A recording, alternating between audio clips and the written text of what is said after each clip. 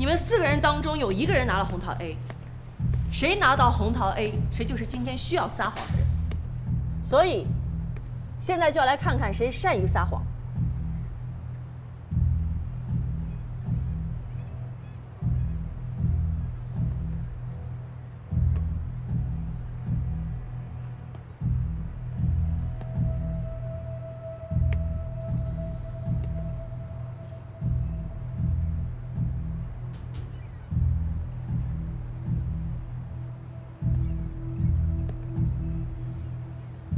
你手上有红桃 A 吗？不在。你拿到牌上有没有心形的图标？没有。大2的时候最好的成绩是几分？大2 96分。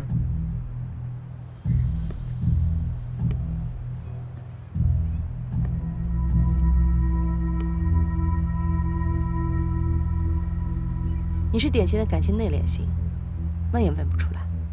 不是我。有女朋友吗？没有。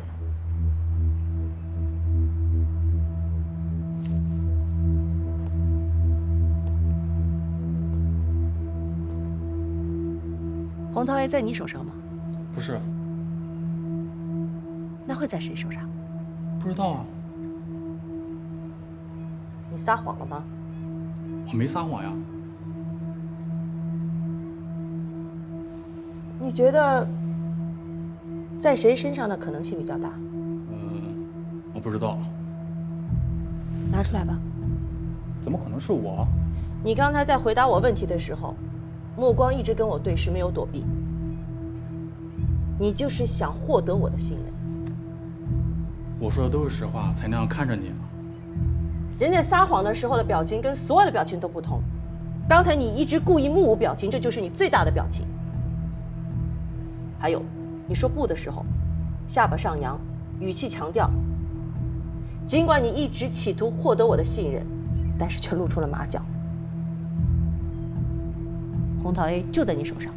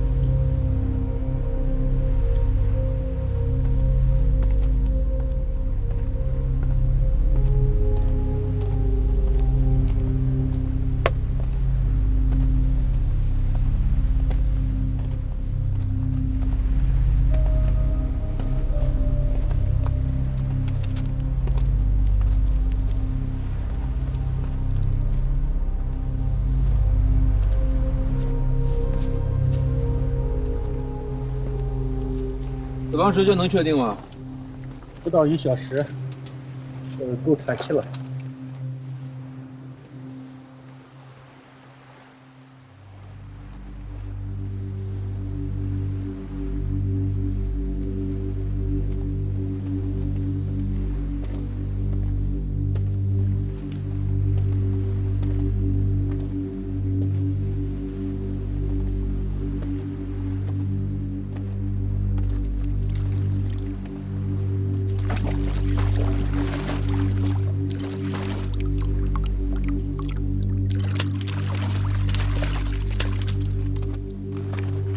高队，关上。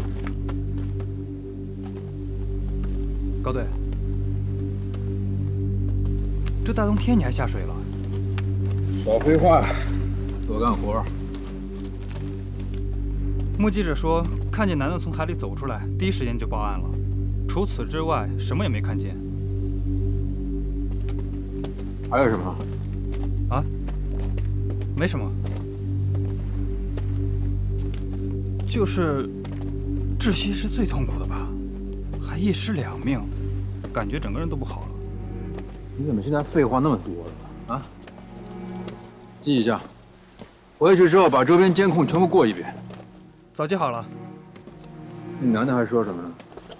暂时什么也没说。估计一时半会儿还没缓过来吧。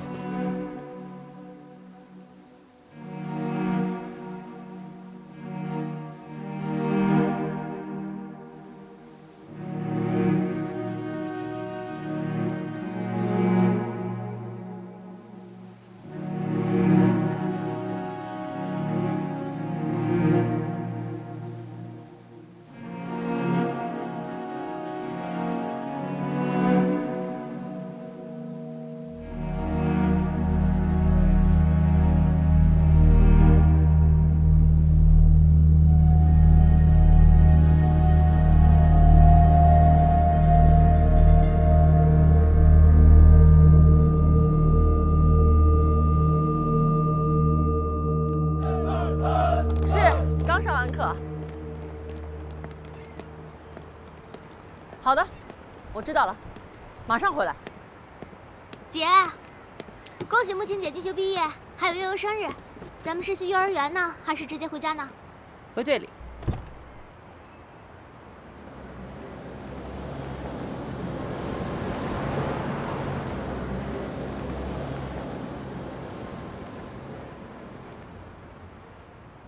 葛繁中，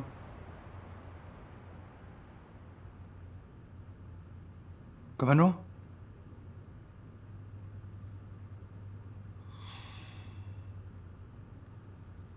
你们想知道什么？所有的，告诉我们具体发生了什么。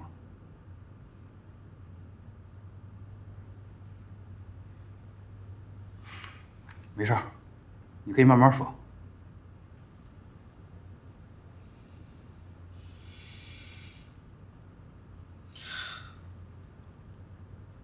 天那时还没亮，他就起了。他最近一直失眠，有半年多了。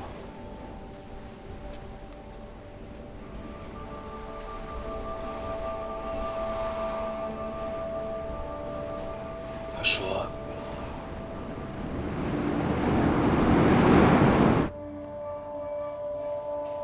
别着急，慢慢想。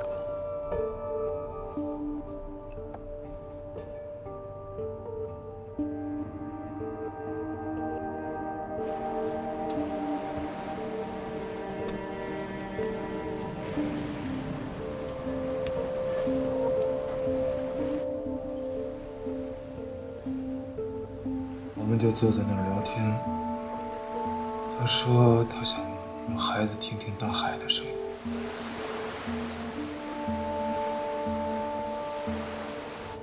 再然后，他说他想回家。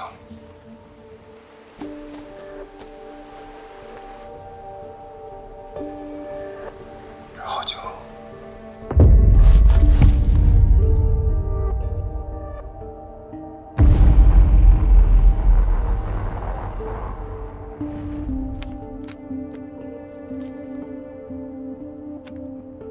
这是意外发生的地方吧？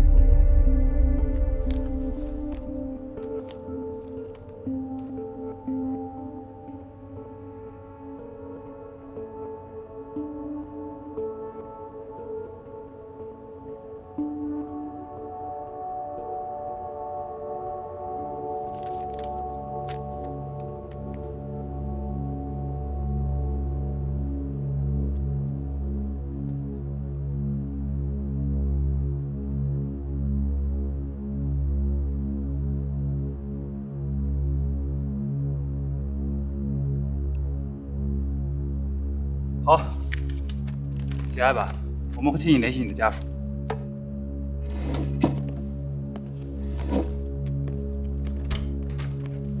你要去哪儿？我想回家。你还不能走，该说的我……后续还有很多事儿需要你配合，理解一下。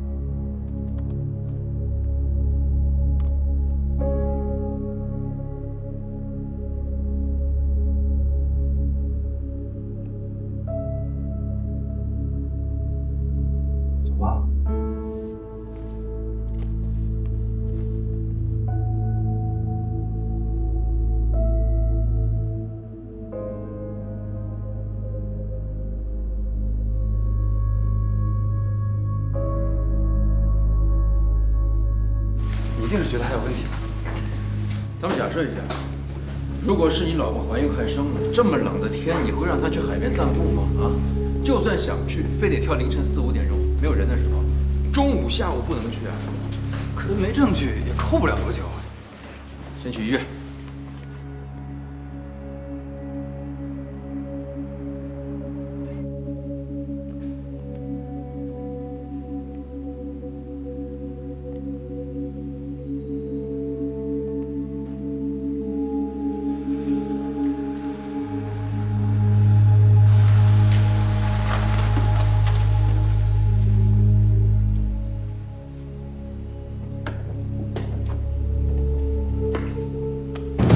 高队，你好，我是木青，我是何小艺。他是我的同事。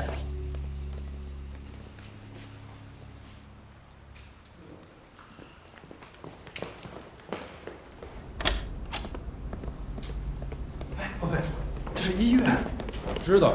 高队，我看过审讯记录了，这不是简单的溺水案，死者丈夫有重大嫌疑，不能草率结案。嫌疑？有什么证据啊？所以李支队长派我们来协助调查。喂。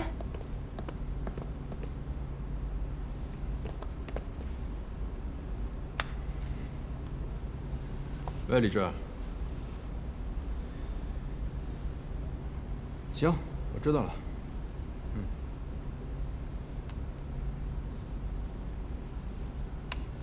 这案子是我的，你负责辅助。能做到这一点，咱俩就没事。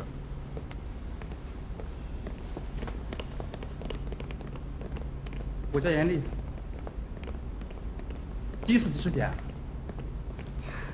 第一次。没吃饭吗？那就好。死者黄莹，31岁，面部青紫肿胀，眼球结膜充血，口鼻腔有异物，因大量积水而导致胃部和肺部膨胀，生前入水溺死。死者孕期7个月，单胎，男婴 ，DNA 鉴定结果是葛凡中的孩子。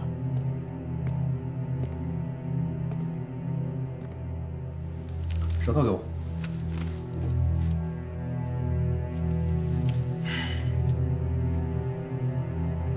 身体没有其他外伤。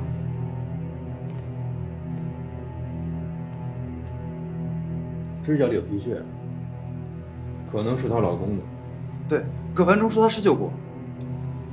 难道是意外溺死？木队，看来你们白跑一趟了。跟你说过多少次，不要随便下定论。没有证据证明有罪，不能说明是无辜的。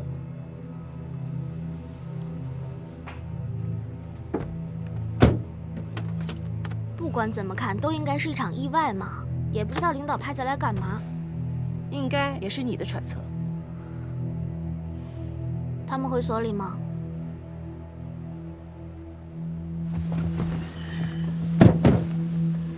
再回趟现场，小赵他们应该还在那边。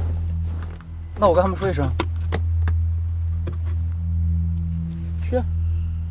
去。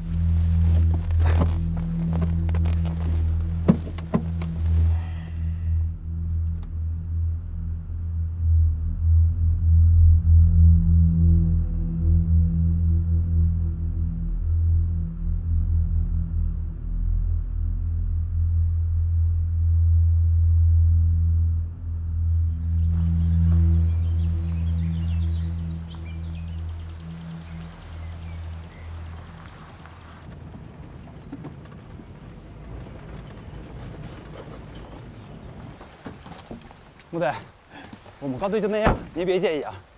这边。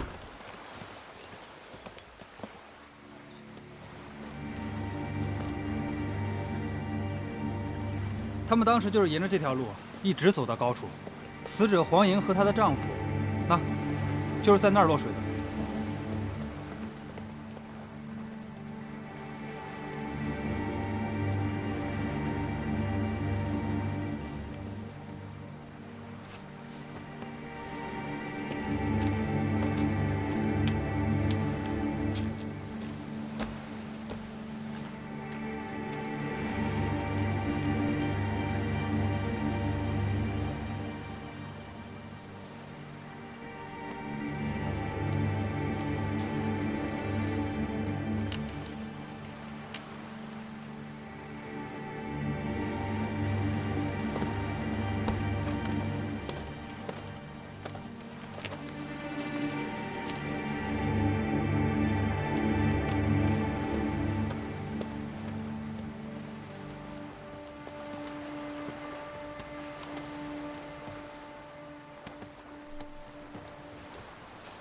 是吧？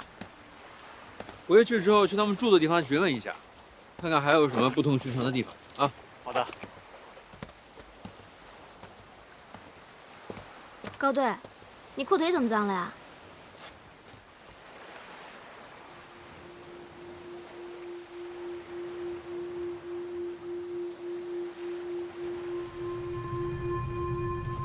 明白。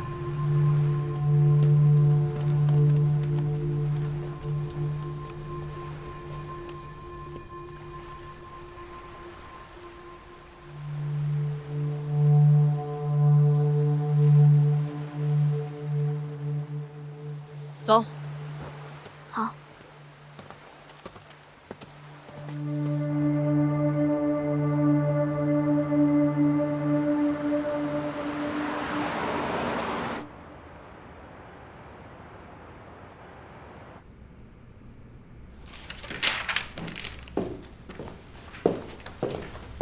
穆队，报告出来了。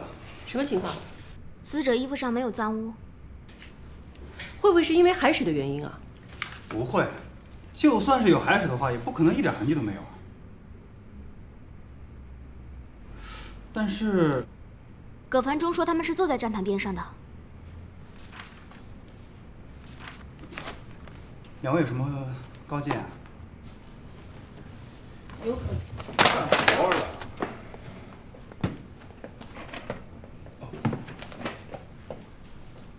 穆队，他判案就这样，你们别多想。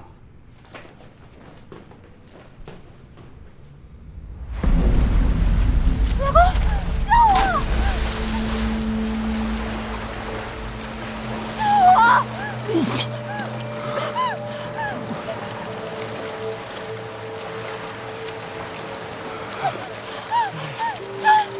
这孩子！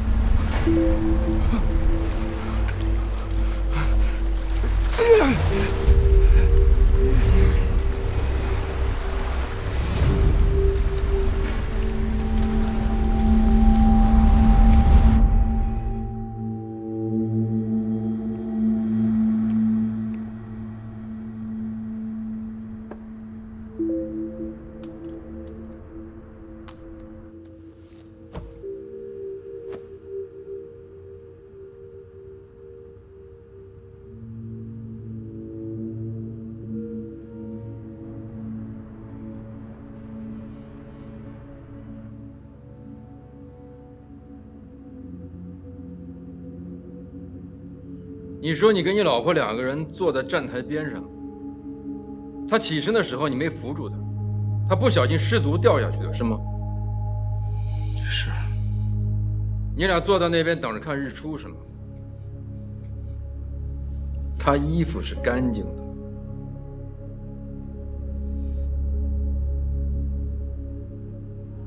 我不明白。你说你俩坐在站台边上，那石台旁边全是污迹，那她的衣服怎么是干净的呢？那他有可能是有可能？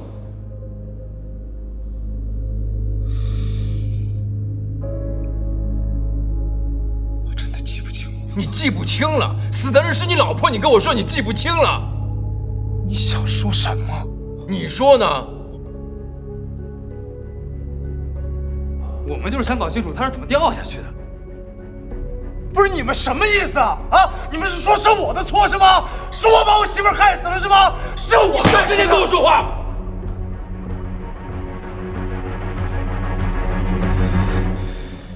是我没抓住的，是我没抓住。他这样能闻得出来吗？叫高队他们进来休息一下吧。好的。是我没抓住的。我什么意思？你不明白吗？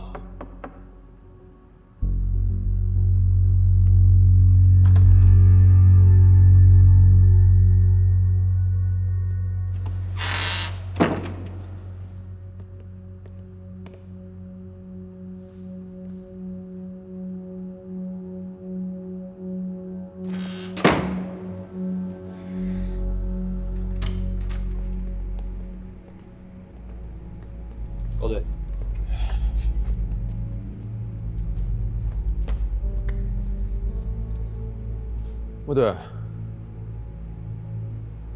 有什么指教？李支队长叫我们来是协助调查。那有什么结果吗？我们还没有正面接触过嫌疑人。那就是说还没结果。你刚才提到他妻子的时候，嫌疑人有明显悲伤的反应。你看，嘴角下垂，嘴角和脸颊部分的法令纹加深，眼角挤出了鱼尾纹，当时身体还颤抖了一下。所以呢？可能是演出来的。综合观察，他的悲伤是真切的。只要有情绪反应，就是我们缩小范围的依据。嫌疑人现在已经陷入了个自我隔绝的状态，你问他什么都不会有结果的。也许换一个话题和方式会有所突破。好啊，那你有什么建议？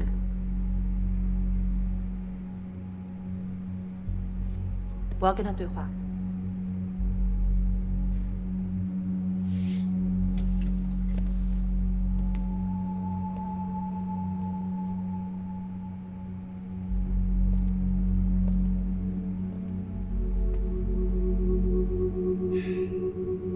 可以。这是您要的葛繁中手机相册的备份。谢谢。走。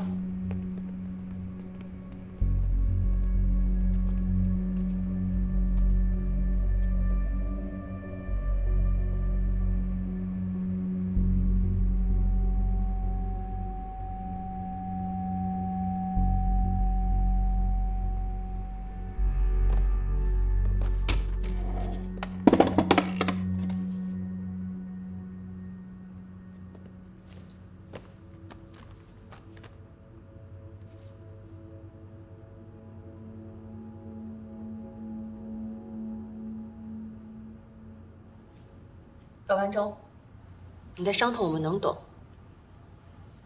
也请你节哀。这些都是你手机里的照片。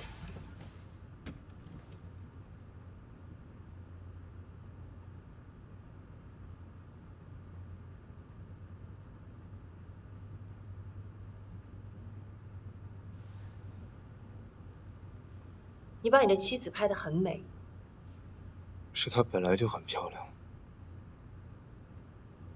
你很爱她吧？没错。说说你们的事。什么意思啊？你们的故事。你想听什么？怎么认识的？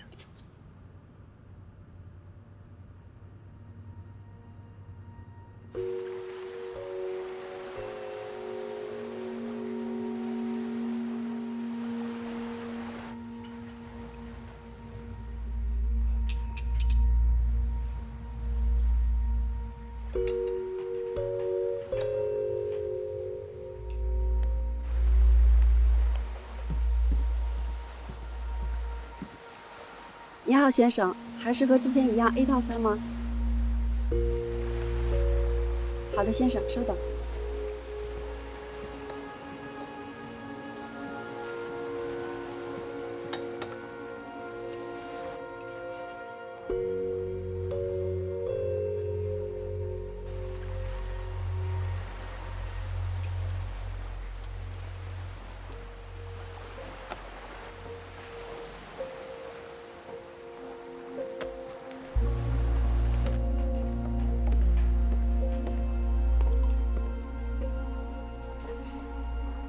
先生，需要再点点什么吗？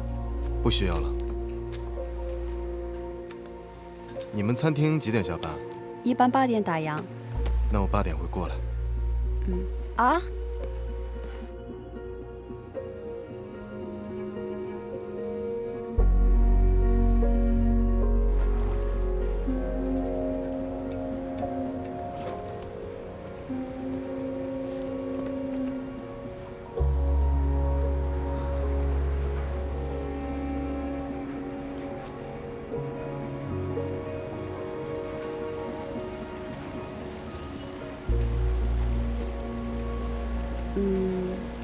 给你的，喜欢吗？你知道？嗯。这个气质好像跟我不太符啊。那你别要。哎，等一下。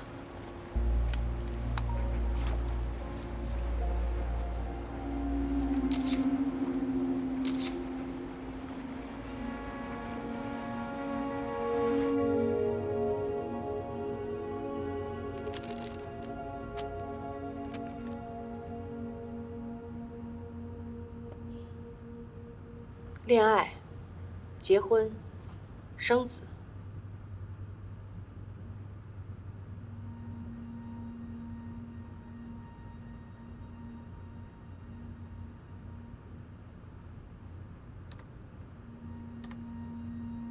这几套衣服，她怀孕的时候经常穿，对吧？应该是吧。还有这双鞋，你送她的。是。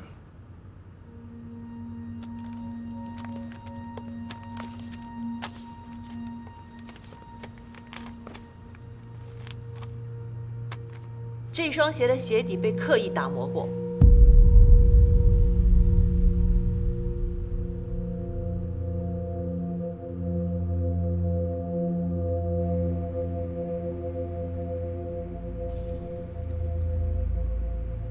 瞳孔放大，嘴唇微张，典型的惊讶表情。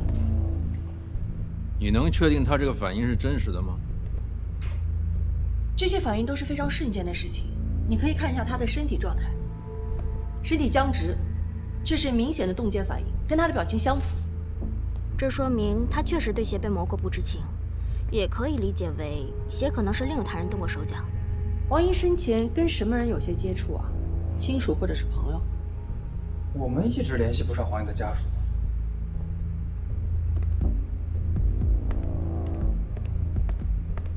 死者18岁就自己出来打工，除了结婚的时候，他和家里人就再没见过面。那葛繁中呢？他的亲属呢？他妈不肯来。什么？这么大的事儿，他们家人都不管啊？黄英会不会有些同事啊什么的7年前他俩结了婚，黄英就把工作给辞了，断了一切的社交，别说同事了，他们就是和邻居也不怎么联系。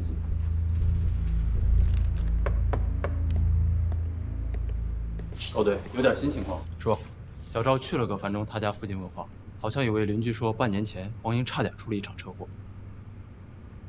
会有什么关联吗？走，赶紧走。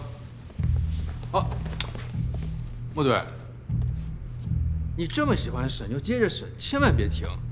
有什么情况记得联系我啊。这高队到底什么意思啊？我们哪儿得罪他了？别瞎说话。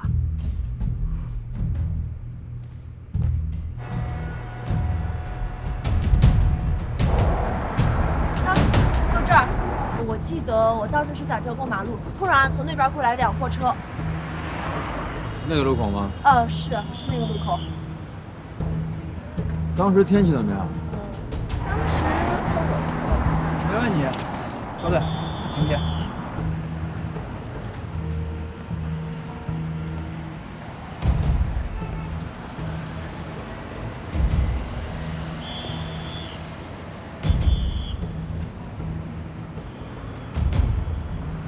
喂，是我，帮我调下监控。对，3月1号的，海信路和海口路，路口。好嘞，发到我手机上啊。哎，谢了。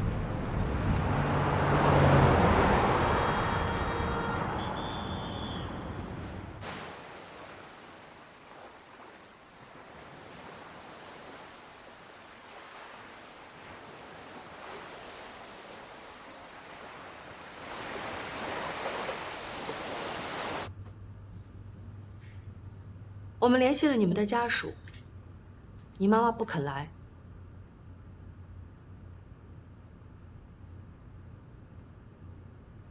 你知道为什么吗？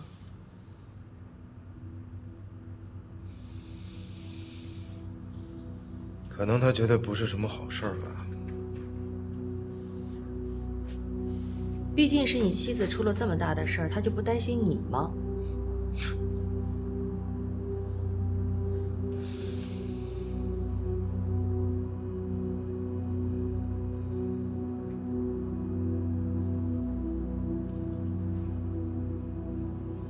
听说黄姨的家庭环境不是很好，你们结婚的时候，你们家有反对吗？是有过一点小波折，我妈不太喜欢莹莹。为什么？不知道。那黄姨呢？她就没有想过要改善一下跟婆婆之间的关系吗？她平时把心思放在家里就行了呀。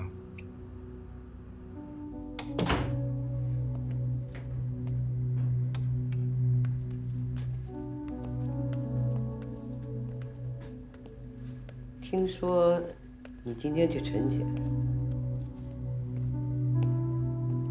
妈，喝茶。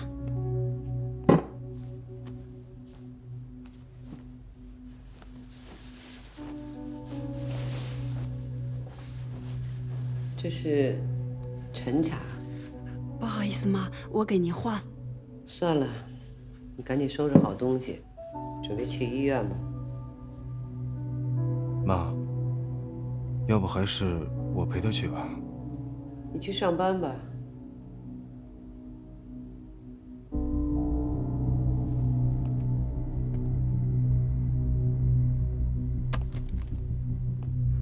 这么说，她当家庭主妇是你的意思了？她自愿的。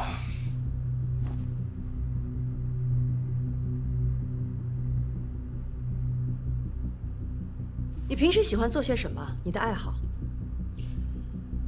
我平时工作很忙。工作以外？每天会跑步。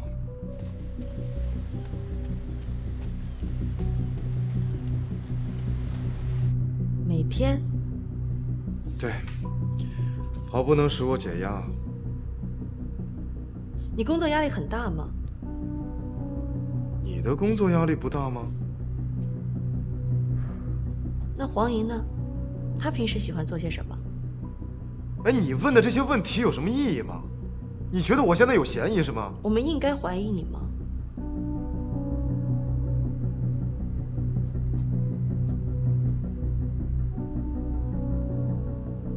我想回家。我们需要知道一下死者生前的生活状态。黄莹平时喜欢些什么？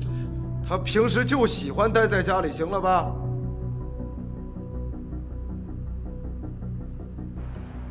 看到了吗？看，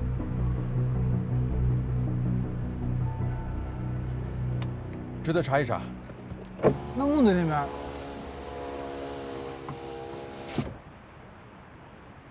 那我这电话打还是不打呀？高队那不是抹不开面子吗？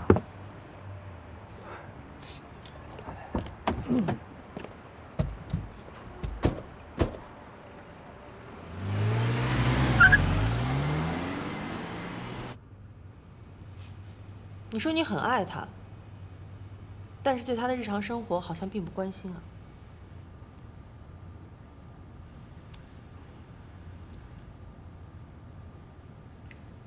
你也结婚了，你会问你的另一半每天都干什么吗？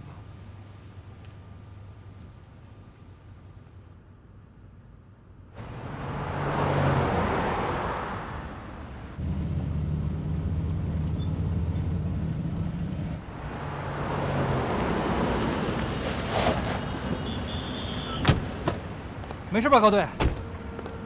是。黄姨这生前是什么样的人？活泼开朗，热爱运动。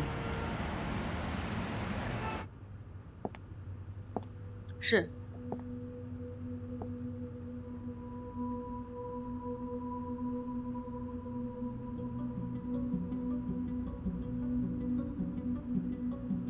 我知道了。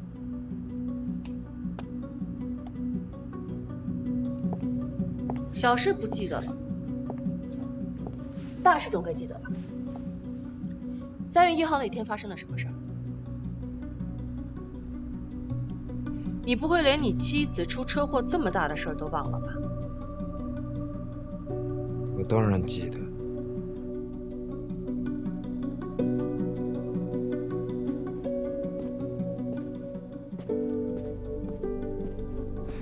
为什么不告诉我呀？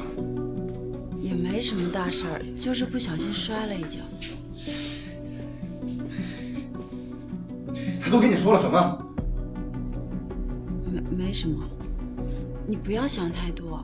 他分明就是对你有意见。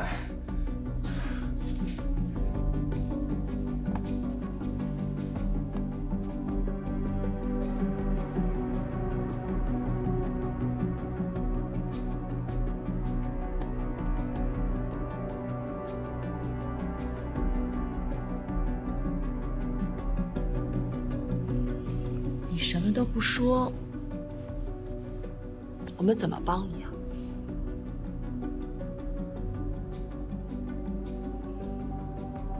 你觉得你母亲对这个孩子会有什么想法？她会不会不喜欢这个孩子？我没说过他会不喜欢。那你呢？这算什么问题？黄英在这跌倒的吧？对。当时车应该在这个位置。对。您的意思是说，就算货车司机没有看到黄英，黄英也早该看到货车了。你看，正常人在这个时间段之内都能反应过来，这说明什么？黄英可能没看清楚就走出去了。哎，这样的人多了去了，说不准啊，真可能是一场意外呢。有罪无罪都需要证据。哦对，家里那边说还是联系不上葛繁中的母亲。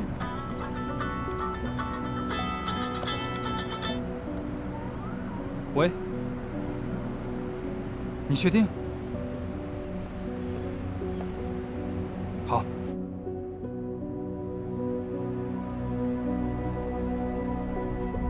注意下面那个画面，在说到孩子的时候，他的双脚突然间转换了方向，典型的逃避反应。是因为什么会让一个父亲想要逃避自己的孩子呢？还能是什么呢？没做好当爹的准备呗。换我也想跑。你们人生阶段都不一样，怎么能够相提并论呢？通过刚才的阐述，可以听出来，他对黄英的爱是存在的。但是为什么我总觉得他在撒谎？那不成自我矛盾了吗？你抓住的不是谎言，是企图被掩盖的真相。人的潜意识反应是很难被控制得住的。如果他的自我意识存在着真假错乱，矛盾的产生是迟早的事儿。人的情感关系虽然很复杂，同时也是真实的。所以才会想到通过了解他与黄莹的关系去寻找动机，对不对？你不会刚想到吧？啊不，我只是想确定一下。戒了吧。我抽了吗？啊？这么啰嗦，还不乐意听。哎，高队，你有女朋友吗？这是逃脱反应，应该没有。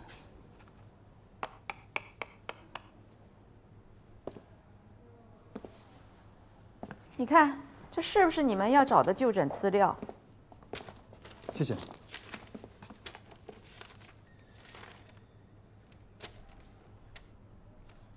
没错，就是他。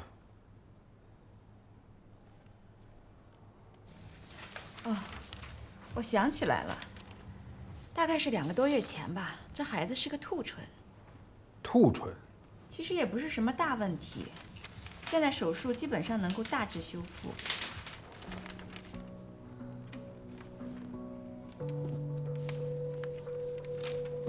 医生，写错了吧？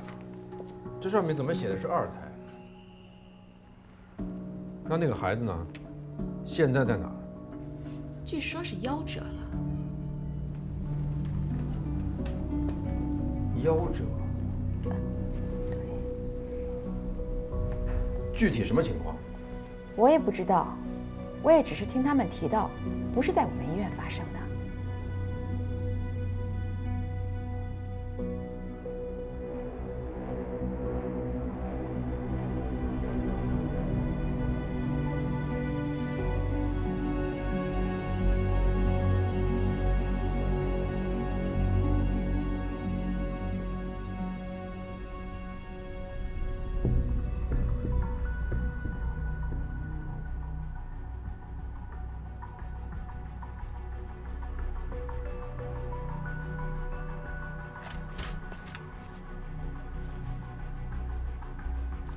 就这样？什么叫就这样？这都有科学依据的。感觉在你们面前没有秘密啊，简直跟透明一样，所以自己看着办吧。别呀，咱们是一对的，好吧？谁跟你是一对的？头胎夭折，2胎母子俱亡，这会是巧合吗？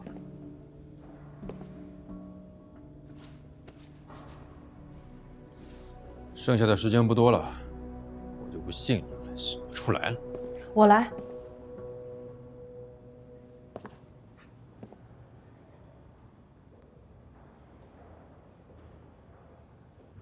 自从失去第1个孩子之后，他就变得跟以前不太一样。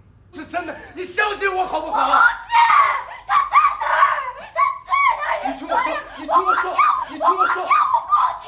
听我说，他在哪儿？你把他带出去了，还给我，还给我，你还给我，你还给我。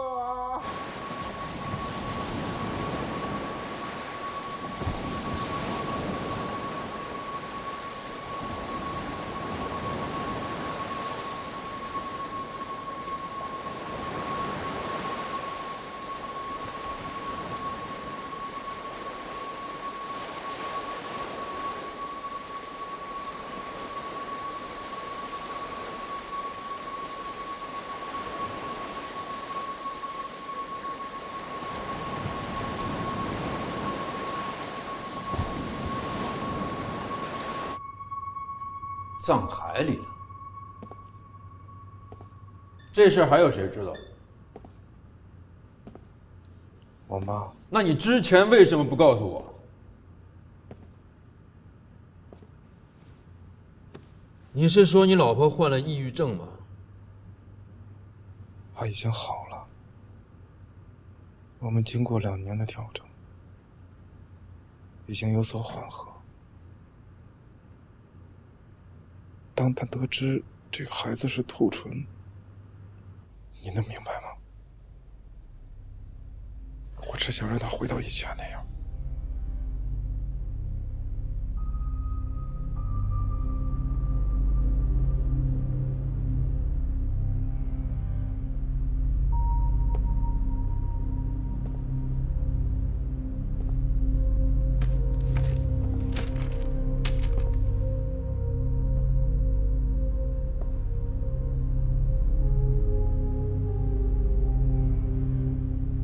你不想要这个孩子？我怎么可能不想要他？当你看到这个孩子有缺陷的时候，你是怎么想的？还有当时黄莹是怎么想的？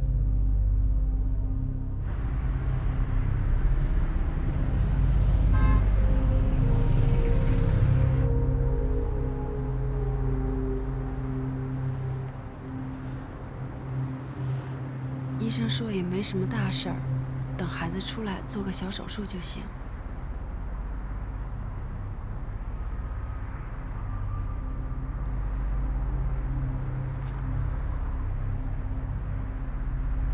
咱们还没有聊过给孩子起什么名儿呢。你自己决定就行。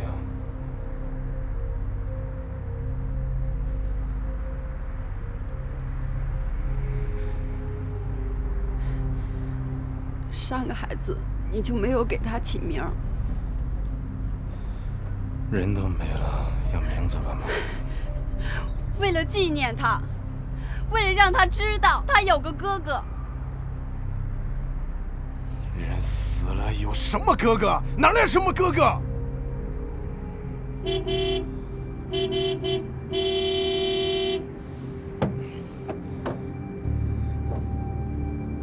哎，什么啊？急什么急呢你？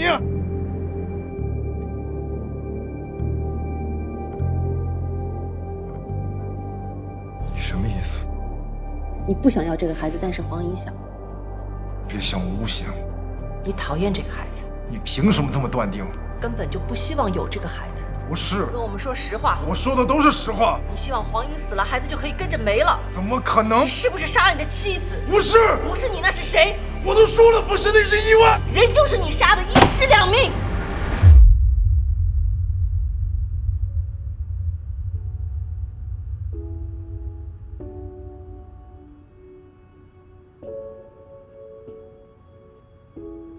你说你这么激动有什么用？证据、动机我们一样都没有，你定得了人家罪吗？那你说是为什么？真的是自杀吗？一个怀了孕的母亲，她凭什么？你有你自己一套方法，这没问题。问题是我们现在需要的是证据，你不能凭你个人感情就断定人家有罪。这道理需要我跟你说吗？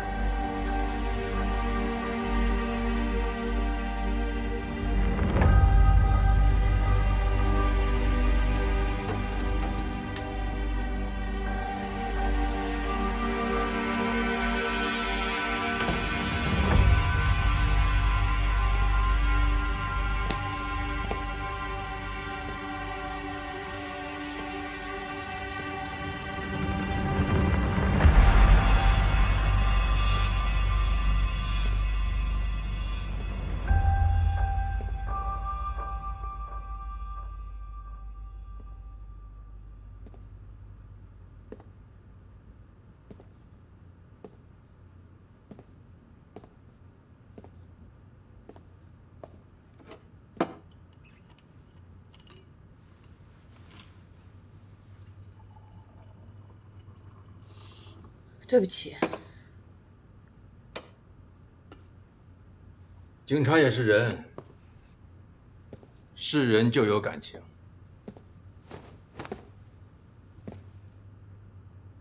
没有破不了的案子。你也不相信黄英会自杀，对不对？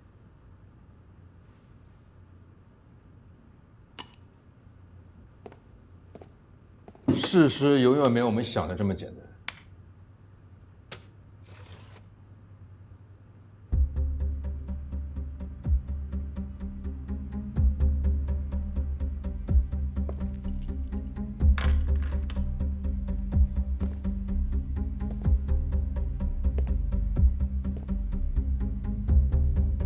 在公司，我和葛凡忠的关系最好，私下里我们两家也不错。那照你这么说，你老婆跟黄莹的关系应该也很好。挺好的，他们结婚的时候还从婷婷那儿买了一份保险。黄莹买的这份保险的受益人是谁啊？肯定是对方啊。他们两个人夫妻关系怎么样？两个人在一块待的时间长了，多多少少会有点问题，吵吵闹闹也正常。我们想跟婷婷聊一聊。我们知道你跟黄莹的关系不错，能不能告诉我们，他们的投保项目跟别人比起来，有没有什么特别的地方？其实每个人的保险需求多少有些不同，我也有义务推荐最适合他的。当然，同类产品保障范围相差不大，可以看一下。这份就是他们的是吗？对。谢谢。你觉得黄莹最近的状态怎么样？她状态不是太好。她有抑郁症这件事你知道吗？没了孩子，换谁都接受不了啊。那他跟葛凡忠之间有矛盾，这你清楚吗？这个我也不好多说什么，毕竟这是别人的家事啊。黄莹会自杀吗？怎么可能？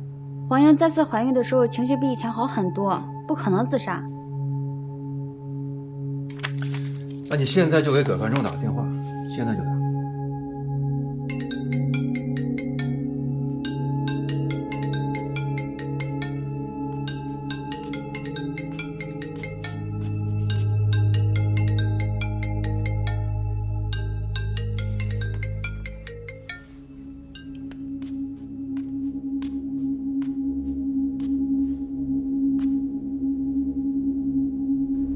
我不着急，等警方结果吧。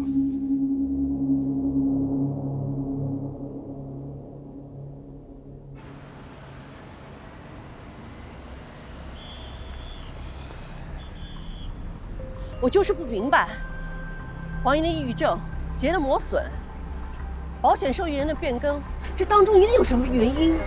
葛凡忠坚持说那是场意外，一定有些什么遗漏了。我要回去再看看审讯记录。还有一点没查呢。他母亲刚投完结回来，咱们去看看。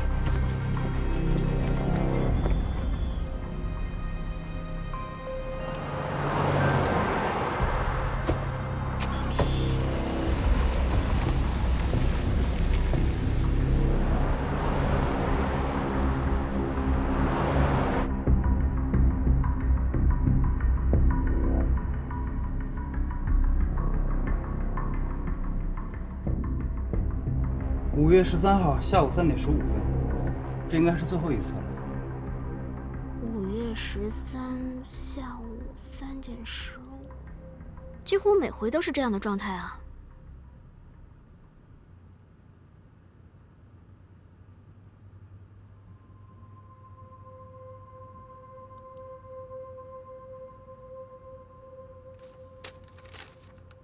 这3个月之内总共出入医院16次。要不是感染，就是发烧发炎。感染、发烧、发炎。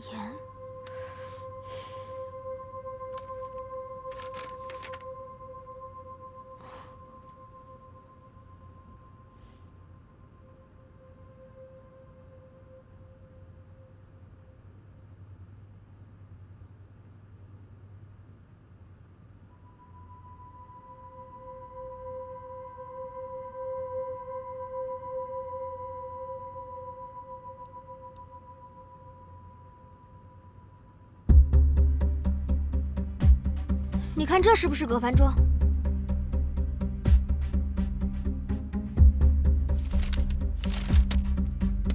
哎，得到了。这天儿童病房有一个孩子的死亡证明。走。走。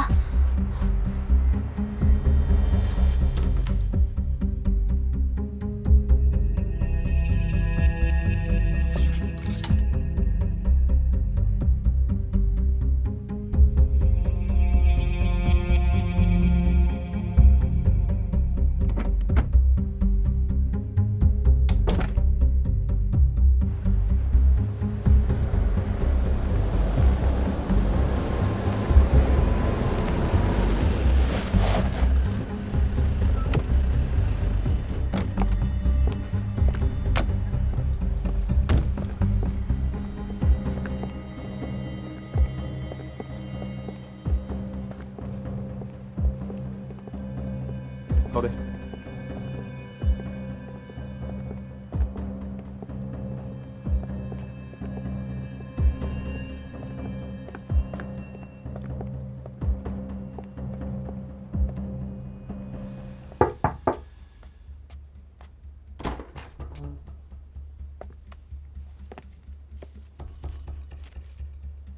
您就是葛凡中的母亲吧？是。坐吧。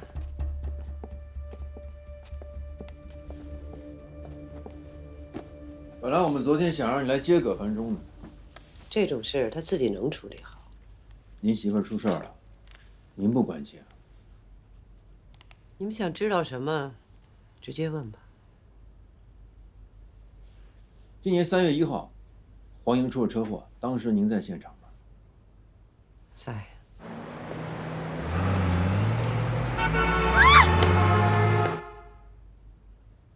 也不是什么大事，没撞上。这是死者的照片，这是死者穿的鞋。我们发现他和出车祸那天穿的是同一双鞋。我们现在怀疑他的鞋底被人打磨过。鞋底是不是你磨的？你怕孩子还是有缺陷？黄莹当时怀着孩子，就算你不关心她，也应该关心自己的孙子吧？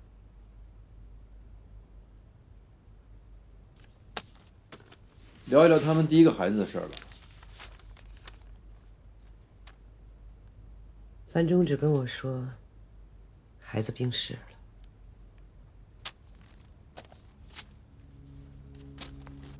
认识这个人吧？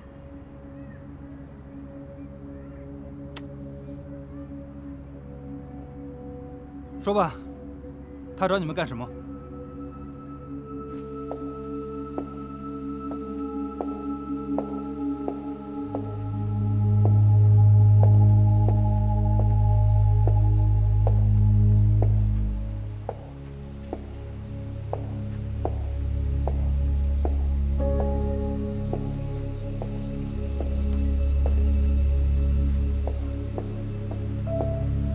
卖给你们。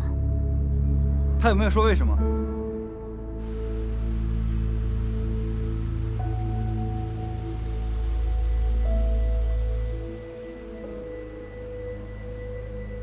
虽然我丈夫他改变主意了，但是我没有。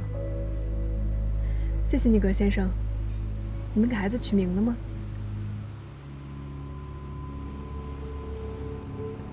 啊，我可以问你一个问题吗？为什么你们会不想要这个孩子啊？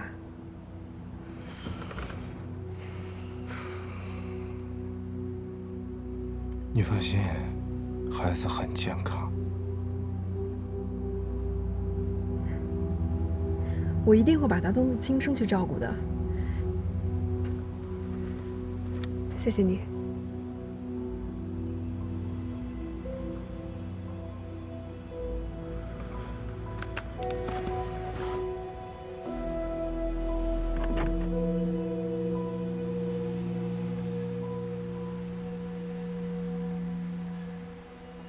你应该明白这件事情被别人知道的后果吧？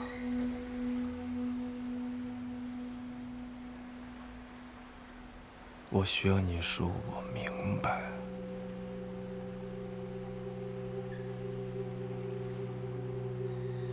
我明白。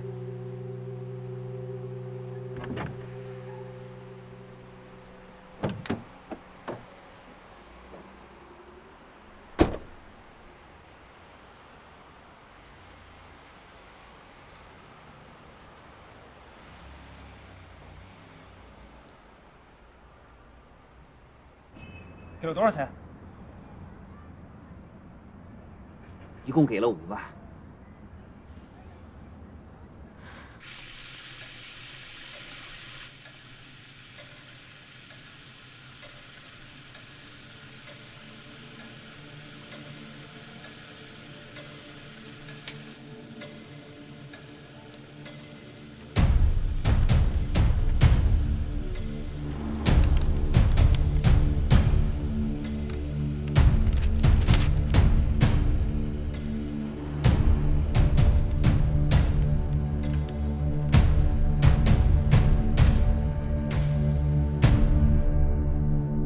有发现他们夫妻的感情有什么变化？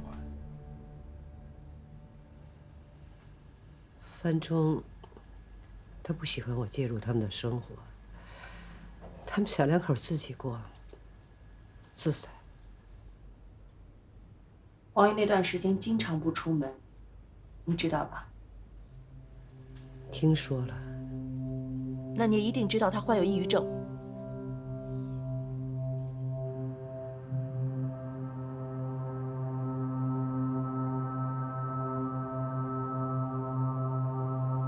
照片上这孩子谁啊？范仲的哥哥。他有哥哥。13岁的时候走了。是生病还是意外？那年夏天，他们偷偷去海边游泳。他们俩关系很好，哥哥去哪儿，范仲都要跟着。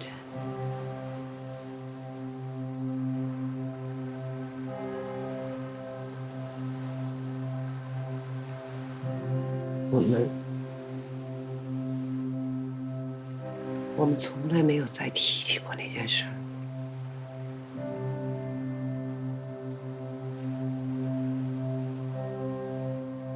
可我知道。他觉得我好像一直在怪他，甚至恨他。那之后，他就再没笑过。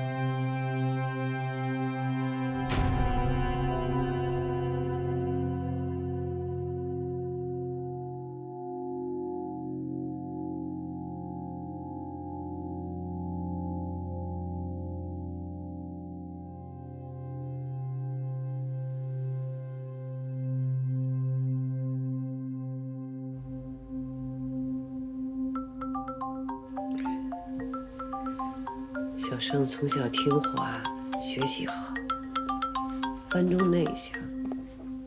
这儿来，慢点，慢点。找到什么了？什么？刚才小严打来电话，他说葛繁中的第一个孩子不是病死的，是让葛繁中给卖了。他把孩子给卖了。他是有多不喜欢孩子啊？童年阴影，完全有可能成为他的杀人动机。他对黄英有严重的占有欲和控制欲，自己体弱多病，哥哥更受宠爱，导致他年幼失衡，心理扭曲，对孩子以及未来拥有孩子的家庭模式深感恐惧。你觉得他哥哥是意外溺水？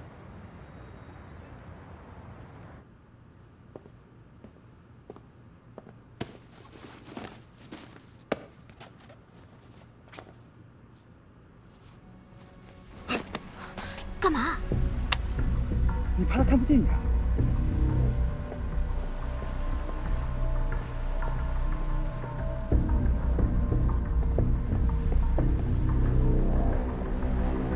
嘘。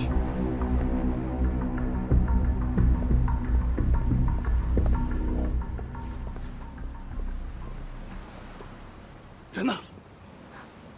葛繁中，站住！对，喂，上车呀！站住！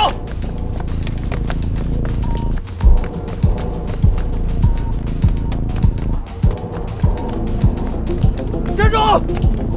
是我。跑了？你在哪儿？给我发个定位。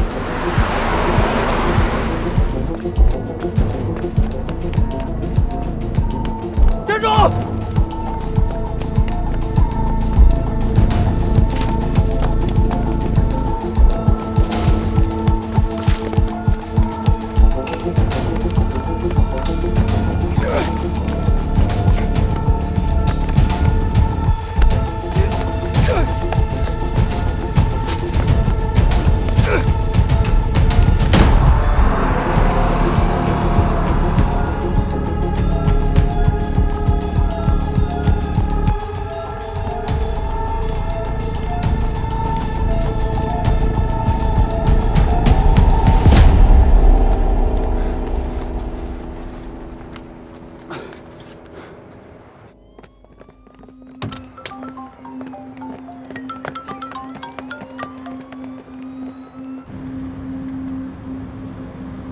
高队，喂，我知道他在海滩，别乱动啊！你们等我啊！你们尽快。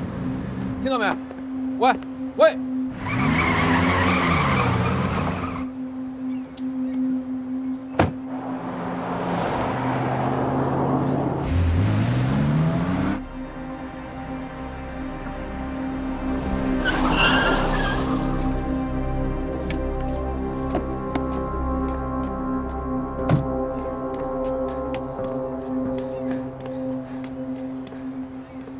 人呢？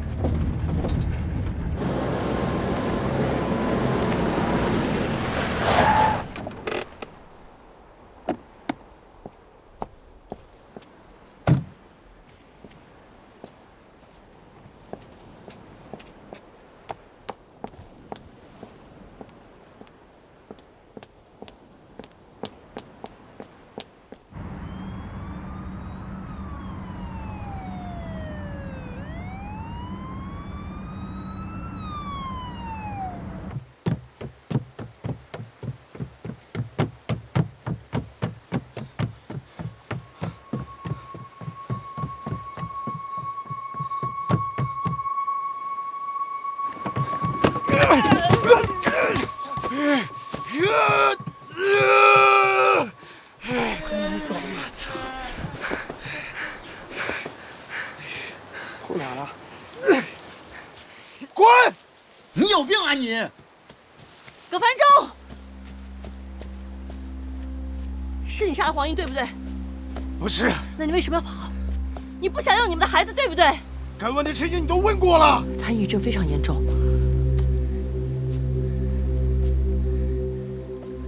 脱发、失眠，很多次想死。我早就让他把孩子打掉了。你有想过一个做母亲的感受吗？我没让他生啊！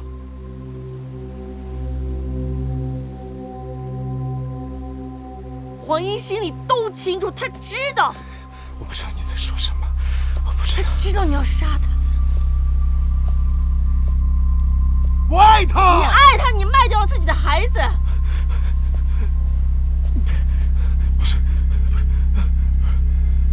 没有，我，那孩子他有病。孩子有病你就卖掉自己的亲生骨肉，不是因为孩子有病，是因为你讨厌孩子，是不是？不是，我都说了为他好，他不懂，他不懂。告诉我他在哪儿！告诉我他已经死了，我跟你说了多少遍，你听不懂啊！没有死，他没有死，你骗我，你骗我！我知道他在哪儿，我知道他在哪儿。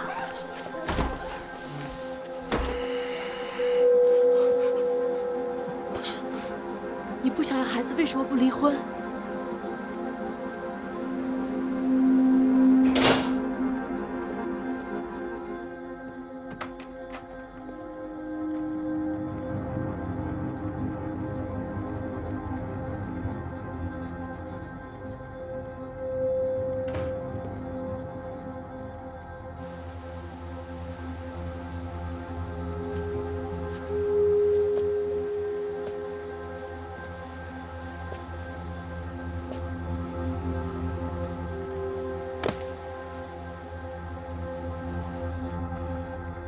门。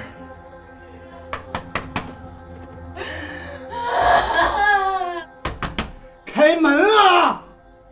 不就是一小孩吗？没了又不会死，你开门！开门！开门！走开！我不想听。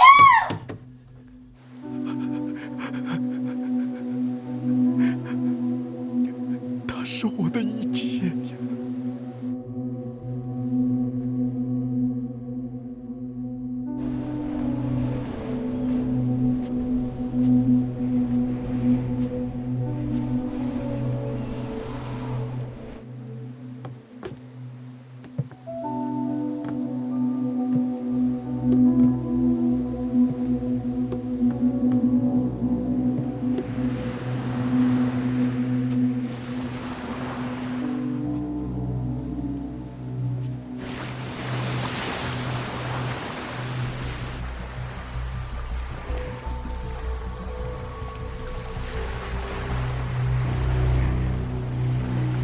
离开你。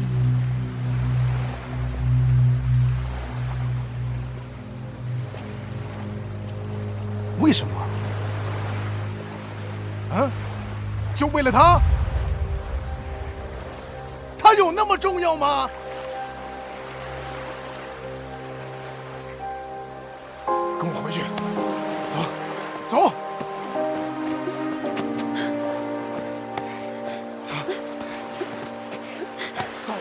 跟我回家，走，快点儿！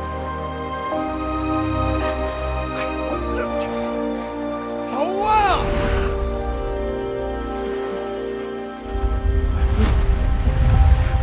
没错，人就是你杀的，你也有想要救他的念头。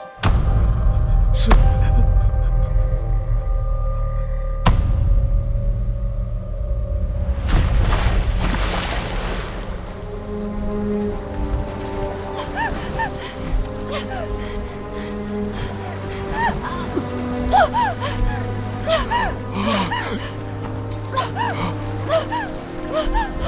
我在这儿，抱着我。可是最终杀了黄英的是你，对不对？不是我在这儿，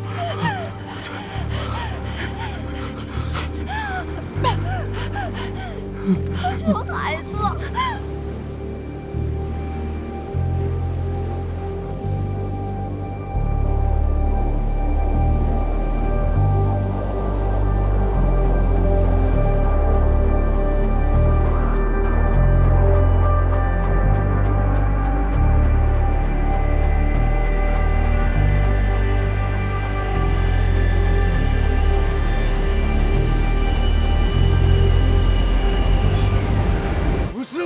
都是他逼我的，都是他逼我的，逼我的。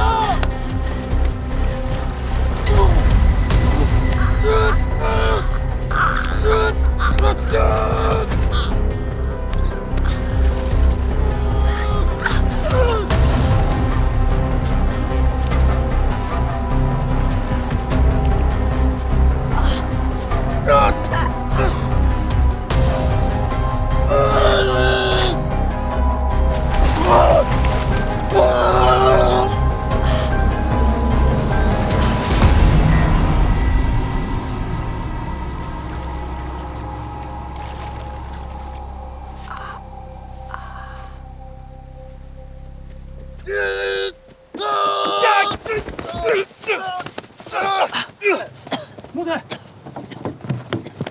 木队，姐，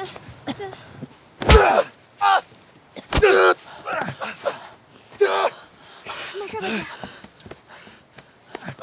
没事吧？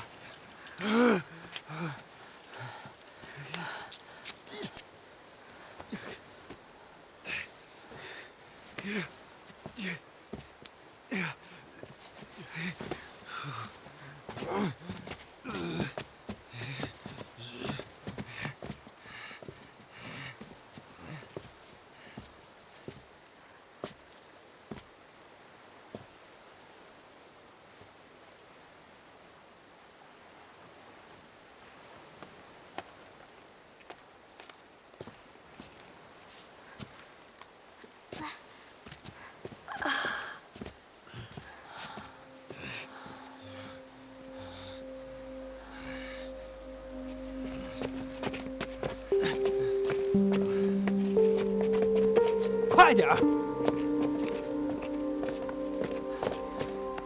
带回去。